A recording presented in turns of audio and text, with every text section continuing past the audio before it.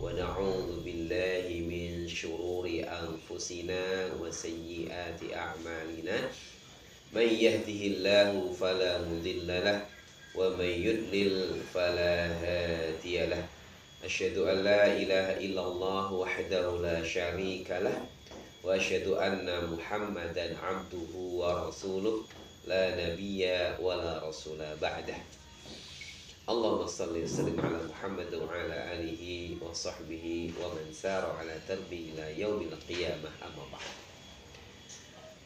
Jamaah sekalian, alhamdulillah kita bersyukur kepada Allah Subhanahu wa taala yang senantiasa melimpahkan kenikmatan yang begitu banyak, sehingga wa in ta'uddu nikmatallahi la tuhsuha.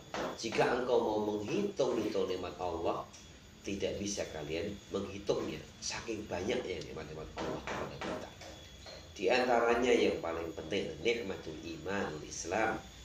Dari sekitar 6 atau 7 miliar manusia, kita terpilih menjadi hamba Allah yang berislam, yang beriman, yang merupakan modal utama kita untuk berjalan menuju Allah Subhanahu wa taala, menuju kesuksesan akhir.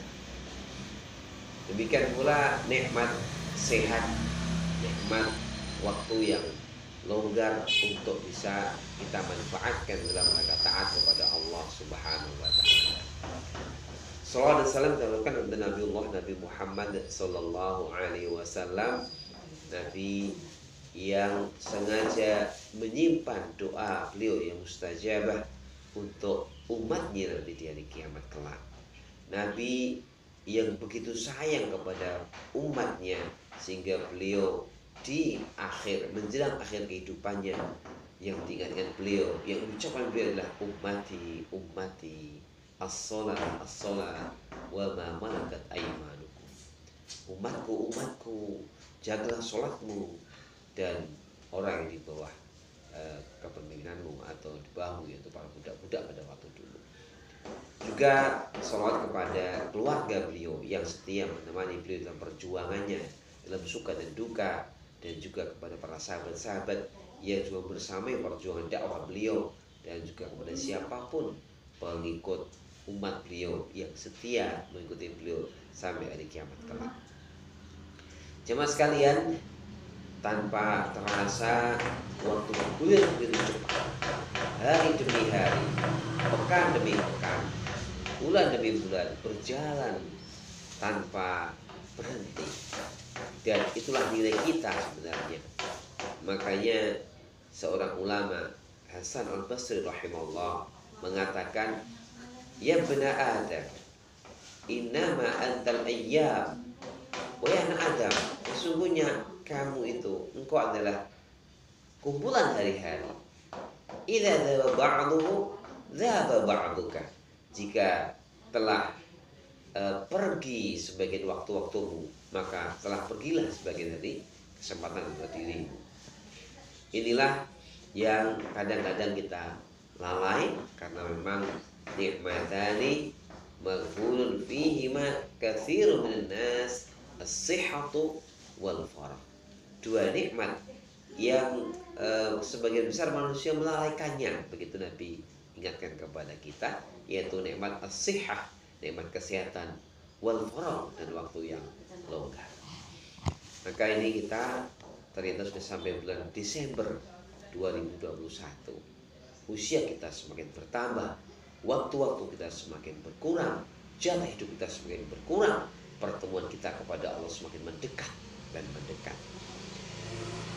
Maka jamaah sekalian, satu hal yang sangat penting untuk kita pikirkan adalah kita perlu mengadakan introspeksi diri, muhasabatun nafas, yang ini sangat dibutuhkan oleh kita. Kenapa? Agar kita mengetahui taksir atau kekurangan yang kita lakukan dalam menjalankan taat kepada Allah Subhanahu wa taala, dan juga dalam menjauhi larangan Allah Subhanahu wa taala. Tugas kita sebagai hamba adalah ibadah. Wa ma khalaqatul jinna wal insa illa liya'budun. Tidaklah aku ciptakan jin dan manusia kecuali untuk beribadah kepadaku. Nah, ketika apa yang kita lakukan ini tidak ada semacam evaluasi diri, tidak ada muhasabatun nafs, yang bagaimana kedepannya kita, apa yang kita lakukan untuk akhir kita, justru nanti itu kadang-kadang kita menjadi orang yang terlalaikan, orang-orang yang merasa nyaman, merasa tidak ada apa-apa setelah itu, dan akhirnya kita menjadi orang-orang yang tidak berjalan sesuai dengan rel yang diajarkan oleh Allah Subhanahu wa taala. Maka mari kita berusaha untuk melakukan muhasabatun nafs, ya meskipun kalau menurut para ahli ilmu, para ulama itu muhasabatun nafs itu bagusnya dilakukan di malam hari, ketika kita pagi beramal melakukan sesuatu, malamnya apa yang dilakukan gitu. Malamnya apa yang telah dilakukan seharian itu. Nah, paling enggak di akhir tahun ini mari kita mencoba melakukan muhasabatun nafs, mengikuti perintah Allah Subhanahu wa taala. A'udzu billahi minasyaitonir rajim. Bismillahirrahmanirrahim. Ya ayyuhalladzina amanu taqullaha wal tanzur nafsum ma qaddamat liqad. Wahai orang yang beriman, takutlah engkau pada Allah, takwalah kepada Allah, wal tanzur nafsum ma qaddamat liqad. Dan hendaklah setiap jiwa melihat apa yang telah dia lakukan untuk persiapan hari esok. Hendaklah setiap jiwa memperhatikan apa yang dia lakukan untuk hari esok. Hari esok adalah bukan besok pagi, bahkan tetapi adalah hari akhir, hari kiamat. Karena sesungguhnya kita ini sedang berjalan menuju Allah Subhanahu wa taala. Innaka kadihun ila rabbika kadahan famulaqih. Sesungguhnya engkau sedang berjalan menuju Allah dan engkau pasti bertemu dengan Allah Subhanahu wa taala.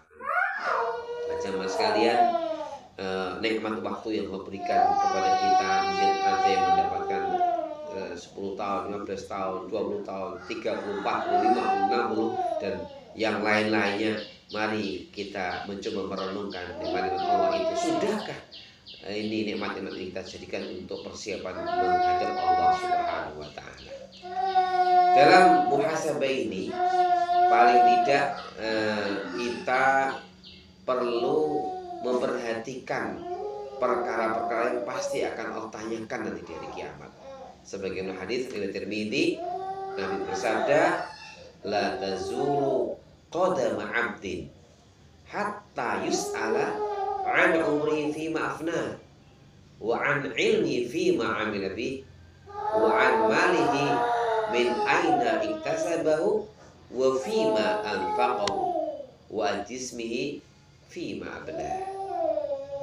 Yang artinya la tazuru qadama 'abdin, senantiasa akan berdiri dua kaki anak Adam yaumul qiyamah, pada hari kiamat, tidak akan bergeser, akan berada di padang mahsyar, belum bisa kemana-mana. Hatta yus'ala, sampai akan ditanyakan tentang apa? An umri fima afna, usianya untuk apa dia habiskan. Jadi kemudian yang kedua, an ilmi fima amila bih, apa yang telah dilakukan dari ilmunya itu. Yang ketiga, wa an mali min aina iktasabau wa fima anfaqah, dari mana dia mendapatkan harta itu dan mau diinfakkan kemana. Wa an jismi fima abla, tentang tubuhnya, kekuatan tubuhnya, kesehatan tubuhnya, untuk apa dia lakukan. Inilah 4 perkara yang pasti Allah tanyakan di kiamat nanti, yang perlu kita renungkan. Selama ini kita diberi Allah usia, yaitu waktu. Waktu usia ini adalah sebenarnya rasul mal, adalah apa, modal usaha kita, usaha hidup kita. Waktu kita mendapatkan sama-sama 24 jam, tetapi ada yang bisa berkali dan kali-kali hebat. Ada yang habis waktunya hanya perkara-perkara sia-sia. Maka mari kita renungkan kembali waktu-waktu yang berjalan 24 jam yang kita lakukan selama ini, dari subuh sampai malam, apa yang kita lakukan di waktu-waktu itu. Sudahkah waktu-waktu itu kita manfaatkan untuk menghamba kepada Allah, untuk taat kepada Allah, ataukah nikmat waktu itu justru banyak kita habiskan untuk perkara-perkara yang mendatangkan kemurkaan Allah Subhanahu wa taala. Nauzubillah min dzalik. Dan mari kita berusaha kembali mengingat-ingat hari-hari kita selama ini, apakah kita dalam waktu ini terkena fitnah kemalasan misalnya, fitnah kelemahan, fitnah menggunakan waktu-waktu kosong kita untuk perbuatan yang sia-sia. Apalagi hari ini fitnah yang sangat terasa bagi kita, fitnah kuota, fitnah HP ini. Banyak sekali di antara kita yang terjerumus jatuh ke dalam kemungkaran dengan HP ini. Maka mari kita perhatikan betul agar nanti kita segera memperbaiki diri, segera memperbaiki kesalahan yang kita lakukan, dan untuk tahun depan kita bertekad meningkatkan kualitas waktu kita agar kita bisa meraih kemanfaatan di dunia sampai di akhirat. Siapapun orangnya di dunia ini, kalau ingin sukses di dunia atau di akhirat, tidak bisa tidak, dia harus pandai memanfaatkan waktunya. Kita mendengar para ulama-ulama terdahulu, mereka begitu memanfaatkan waktu-waktunya. Sampai ada ulama-ulama yang untuk makan mereka saja mencari makanan yang cepat dimakan, khawatir waktunya hilang. Sampai ada ulama kakek Ibnu Taimiyah rahimahullah misalnya, biar waktunya bermanfaat, ketika beliau masuk ke kamar mandi, beliau minta cucunya untuk membacakan kitab dengan keras-keras supaya mendengarkan itu semuanya. Sampai ada orang-orang yang membaca kitab sambil berjalan, takut waktunya habis. Luar biasa kalau kita melihat, kalau kita memperhatikan kembali bagaimana para salaf dalam manfaat waktu, mereka maksimal betul. Bagaimana kita tahu seperti Imam Tabari rahimahullah misalnya, bagaimana beliau menawarkan ilmu yang begitu banyak kepada murid-muridnya untuk menuliskan tarikh, menuliskan tafsir dengan lembar yang sangat banyak, puluhan ribu, tapi muridnya tidak siap, akhirnya hanya dituliskan sekitar 4.000 halaman. Ini menunjukkan betapa beliau sangat kuat dalam memanfaatkan waktunya. Begitu pula kita mendengar kalau para pencari atau yang sukses di dunia, kita mendengar bagaimana mereka menggunakan waktunya. Kalau yang lainnya 8 jam bekerja, mereka bisa 14 jam, 18 jam untuk apa? Meraih kesuksesannya. Maka jemaah sekalian, mari kita berpikir kembali perkara besar ini. An umri fi ma'afna, usianya, waktu yang Allah berikan ini untuk apa dihabiskan? Yang pertama. Yang kedua, an ilmi fi ma'abla, kita diwajibkan untuk mencari ilmu. Thalabul ilmi fardhatun ala kulli muslimin. Mencari ilmu wajib untuk orang muslim. Tetapi yang paling penting lagi adalah bagaimana ilmu itu kita sikapi, bagaimana ilmu yang telah kita dapatkan itu kita lakukan. Karena al-ilmu bila amalin kasyajarati bila thamratin. Begitu pepatah Arab mengatakan, ilmu tanpa amal seperti pohon tanpa buah. Imam Ghazali rahimahullah memberikan satu permisalan, ilmu tanpa amal itu seperti seorang yang membawa beberapa pedang tertajam di dunia untuk menghadapi, kemudian dia dihadang harimau, tetapi dia tidak menggunakan pedang itu untuk melawan harimau. Apa gunanya pedang itu kalau nggak digunakan? Begitulah al-ilm, kalau nggak digunakan, tidak diamalkan juga nanti menjadi beban bagi kita sendiri. Maka ilmu yang bermanfaat kita selalu minta pada Allah tiap pagi, tiap sore. Nabi mengajar kita, Allahumma inni as'aluka ilman nafi'a wa rizqan halalan thayyiba wa amalan mutaqabbala. Ya Allah, karunikanlah kepada kami ilman nafi'a, ilmu yang bermanfaat, ilmu yang bermanfaat untuk diri kita, merombak diri kita menjadi lebih soleh, lebih baik, kita amalkan. Ilmu yang kita sampaikan kepada orang dan juga memberikan manfaat kepada orang lain, itulah ilmu yang nafi'. Kita akan tanya tentang itu semuanya. Maka mari kita bermuhasabah, sudahkah ilmu-ilmu yang kita dalami ini menjadi sebuah amal, ataukah hanya menjadi kumpulan-kumpulan maklumat, pengetahuan yang kemudian amal kita tidak ada korelasinya. Apalagi kalau ilmu Al-Quran, kita tahu Nabi kita bersabda, Al-Quranu hujjatun laka au hujjatun alaika. Quran itu bisa menjadi pembelamu dan juga bisa menjadi penuntutmu. Ketika kita menghafal Al-Quran, mentadabburi Al-Quran, tapi tidak mengamalkan Al-Quran dalam keseharian kita, ini jadi masalah besar. Ini nanti yang akan menjadi hujjatun alaika, menjadi penuntutmu. Maka kita pelajari, kita amalkan satu keharusan. Jamaah sekalian, kemudian yang ketiga tadi Nabi menyampaikan an malihi min aina iktasabahu fi ma anfaqahu. Marilah coba kita renungkan kembali harta-harta yang telah kita usahakan. Dari mana kita mendapatkannya? Sudahkah kita mencoba beramal sesuai dengan yang Allah syariatkan? Sudahkah kita berusaha betul mencari rezeki dari jalan-jalan yang halal, bukan jalan yang syubhat apalagi yang haram? Ini perlu kita hati-hati betul, karena hari ini banyak orang yang lalai sehingga mereka berprinsip yang haram aja sulit, apalagi harus pikir yang halal. Ini karena lemahnya iman.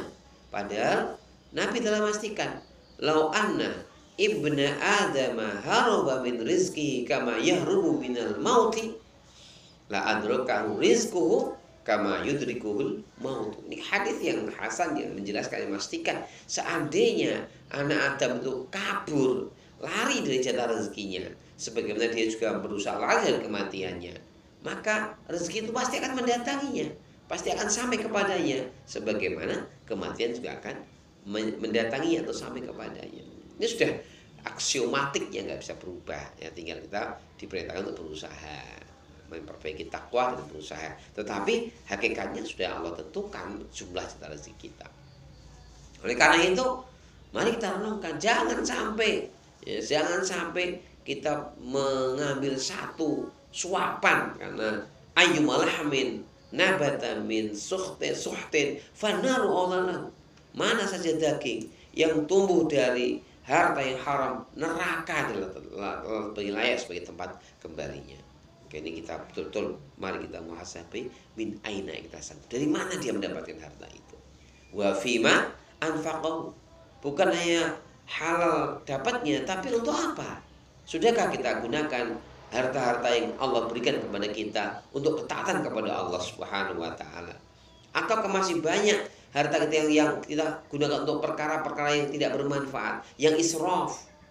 Berapa banyak orang-orang yang kadang-kadang israf, berlebihan, mubazir, punya mobil melampaui kebutuhan, koleksi 10, 20, pengen beli sepatu harus ke Singapura misalnya, beli pot harus ke Singapura misalnya, ya, yang seandainya itu bisa untuk fakir miskin, untuk membantu dakwah Islam, pendidikan Islam, masya Allah, ya kan, manfaatnya sangat banyak sekali. Berapa banyak orang-orang yang hari ini untuk sekedar membiayai pendidikan anak aja tidak mampu, karena untuk makan aja berat. Nah, itu peluang-peluang yang sangat banyak sekali. Makanya mari kita juga mengintrospeksi diri, selama ini yang kita gunakan uang kita ini sudah pada tempatnya ridho Allah, atau ada perkara-perkara yang membuat Allah tidak suka atau murka, karena mungkin tadi tabdzir, israf, atau perkara yang sia-sia, bahkan na'udzubillah sampai yang haram, karena semua itu akan Allah tanyakan. Kemudian yang keempat, fima anjismi, fima belah tubuhnya diberi Allah keselamatan, kesehatan, kekuatan. Untuk apa dia lakukan? Untuk apa dia gunakan? Pernahkah kaki-kakinya ini tiap hari, seringkah kaki-kaki tiap hari selalu melangkahkan kaki untuk menuju masjid Allah? Mari kita bermuhasabah. Atau kaki kita sering kita jadikan alat kemalasan untuk hanya engkau Allah di rumah saja ketika ibadah diperintahkan. Pernahkah kaki kita, tubuh kita duduk 1 jam, setengah jam untuk mendengarkan ilmu, kajian-kajian keimanan? Dan nanti kita akan ditanya Allah Subhanahu wa ta'ala tentang tubuh kita itu. Maka mari kita mencoba mengintrospeksi kembali perkara-perkara penting tadi pada diri kita, tentunya dengan harapan sebagaimana yang disampaikan oleh sahabat Umar radhiyallahu anhu, hasibu anfusakum qabla an tuhasabu. Hisablah diri kalian, adakan evaluasi terhadap diri kalian sebelum kalian dihisab oleh Allah. Qabla an tuhasabu wa zinu qabla an tuzanu. Dan timbanglah diri kalian sebelum ditimbang, karena itu perkara yang lebih ringan dibanding nanti di hari kiamat kelak, yang nanti sudah tidak ada lagi lain fa'umalu wala baru, nggak bermanfaat lagi harta benda, anak-anak tidak berguna lagi. yang hari itu semua terbuka sekali, sebagaimana dalam surat Al-Kahfi disebutkan, ma hadzal kitab la yughadiru shaghiratan wala kabiratan illa ahsaha. Ini kitab catatan apa ini? Kok tidak ada yang kecil atau yang besar kecuali tertulis di situ. Ya, sebelum kita nanti menghadapi seperti itu di hadapan Allah Subhanahu wa taala, mari kita hisab sehingga nanti yang kurang-kurang kita perbaiki. Yang kurang-kurang kita perbaiki, yang salah-salah kita rombak begitu. Jamaah sekalian, itu di antara hal yang perlu kita lakukan dalam muhasabah. Kemudian selain muhasabah diri, tadi kita sedang berbicara muhasabah pribadi kita, baik juga kita mengadakan muhasabah usrah, keluarga kita. Karena kita punya kewajiban, ya ayyuhalladzina amanu qu anfusakum wa ahlikum nar.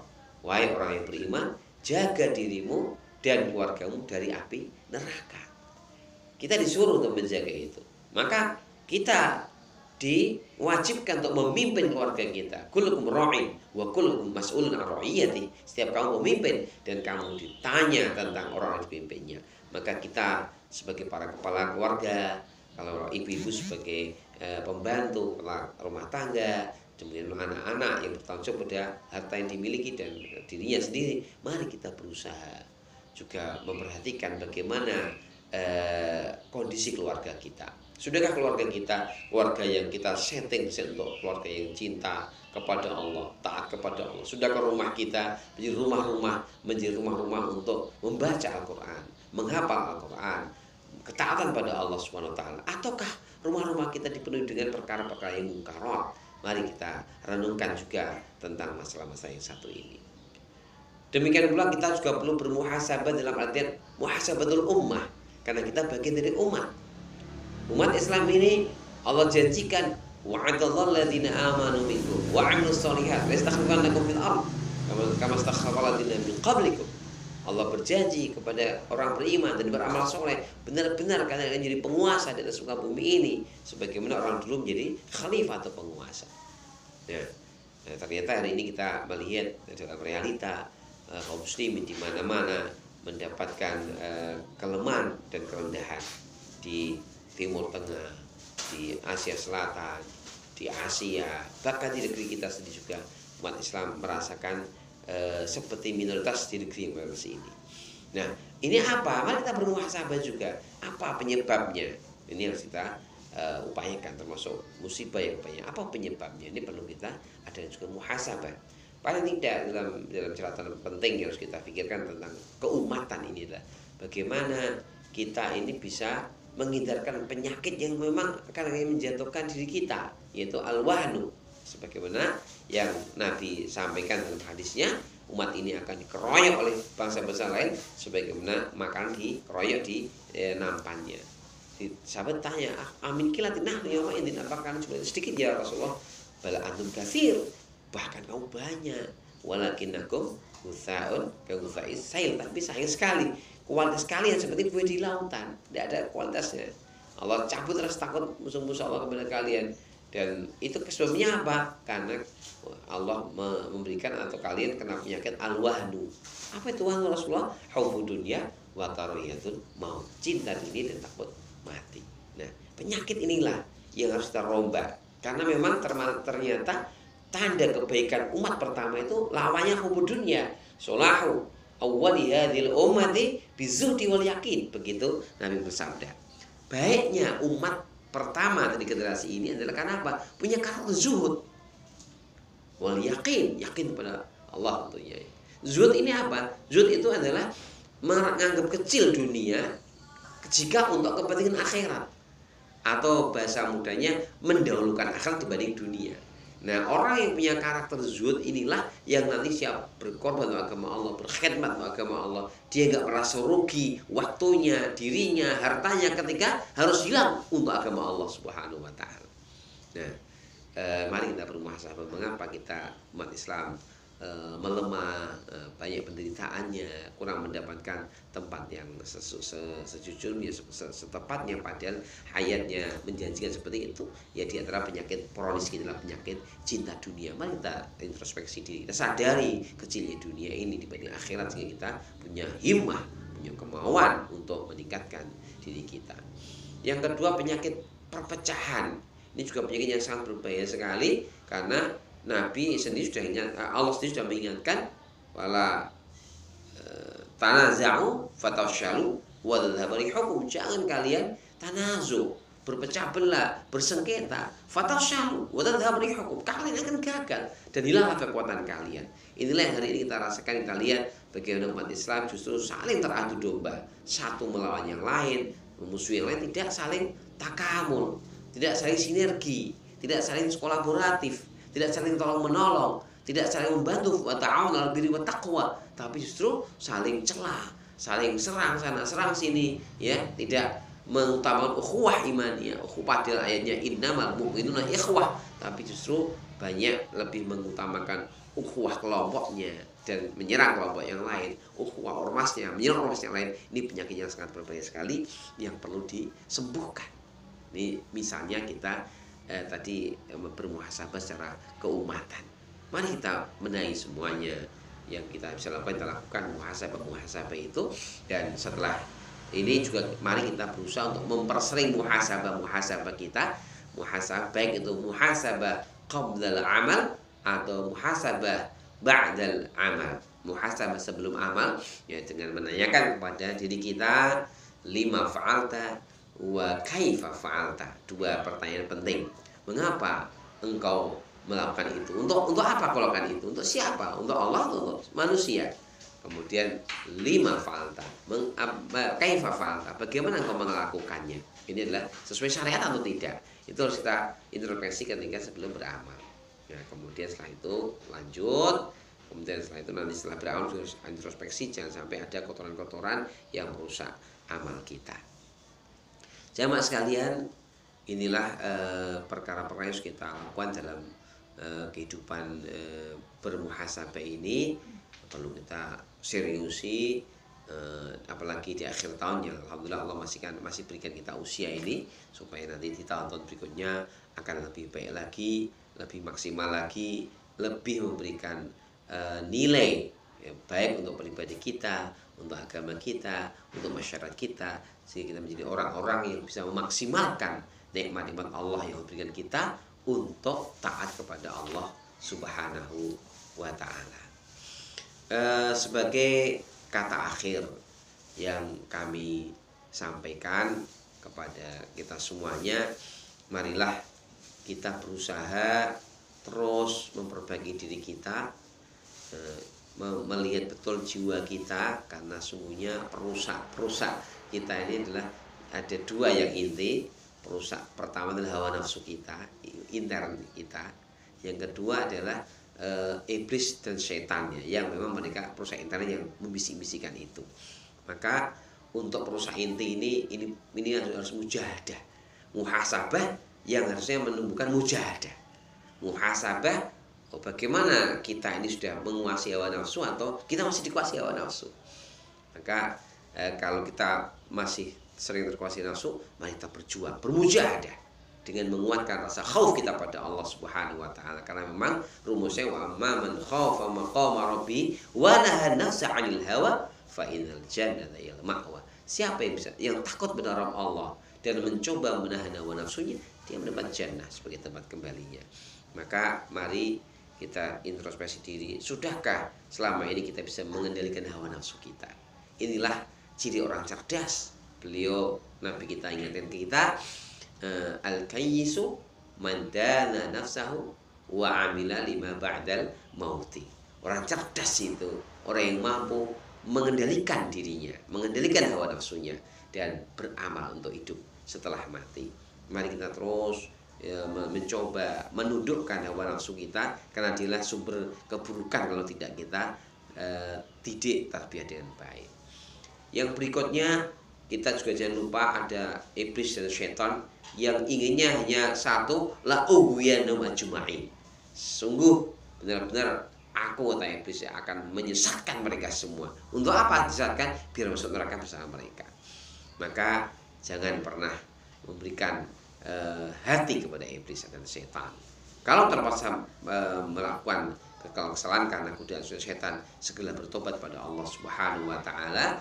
Pernah dalam sebuah disebutkan iblis bersumpah, wa izzatika wa jalalika la uyanahum madamu arwahuhum fi jasadihim. Begitu iblis menyampaikan tekadnya, demi kemuliaanmu ya Allah, demi keagunganmu ya Allah, saya benar-benar akan menyesatkan semua manusia selama nyawa mereka masih di kandung badan. Ini tekad iblis yang serius ini. Alhamdulillah Allah Subhanahu wa taala menjawab dengan firman-Nya dalam diskusi itu. Wa izzati wa jalali, demi keagunganku, kemuliaanku, la aghfiranna lahum madamu yastaghfiruni. Maka qala Rasulullah sallallahu alaihi wasallam, saya benar-benar akan mengampuni mereka manusia itu selama mereka mau memohon ampun kepadaku. Maka mari kita perbanyak istighfar, taubat kepada Allah Subhanahu wa taala. Mari kita ingat kembali persiapan kita menghadap Allah, iman kita, takwa kita, amal soleh kita, ketaatan kita kepada Allah Rasulnya. Mari kita koreksi kembali untuk meneruskan perjalanan yang masih kita nggak tahu sampai kapan. Karena kita sedang berjalan menuju Allah Subhanahu wa taala. Di dunia ini kita sedang menyiapkan bekal yang baik untuk ketemu Allah Subhanahu wa taala, sehingga nanti kita tidak menjadi orang-orang yang rugi karena lalai di kehidupan dunia ini. Semoga Allah Subhanahu wa taala memberikan hidayah, petunjuk, kekuatan kepada kita semuanya untuk menjadi hamba-hamba yang pandai memanfaatkan nikmat-nikmat Allah untuk taat kepadanya, untuk berbuat kebaikan di dunia ini, untuk mampu menyiapkan bekal-bekal utama menghadap Allah Subhanahu wa taala, sehingga nanti kita masuk ke dalam golongan orang-orang yang sukses dari Quran, yaitu faman zuhziha 'anil nar wa udkhilal jannata faqad faz. Siapa orangnya yang dijauhkan dari neraka Allah dan dimasukkan ke surga Allah, sungguh dia telah sukses. Semoga Allah beri kemudahan gantinya tahun, bukan untuk udah tapi untuk memperbaiki diri, bertekad memanfaatkan waktu dengan yang lebih baik lagi untuk mereka sukses di akhirat nanti insyaallah. Barakallahu fiikum walhamdulillahi rabbil alamin. Wassalamualaikum warahmatullahi wabarakatuh.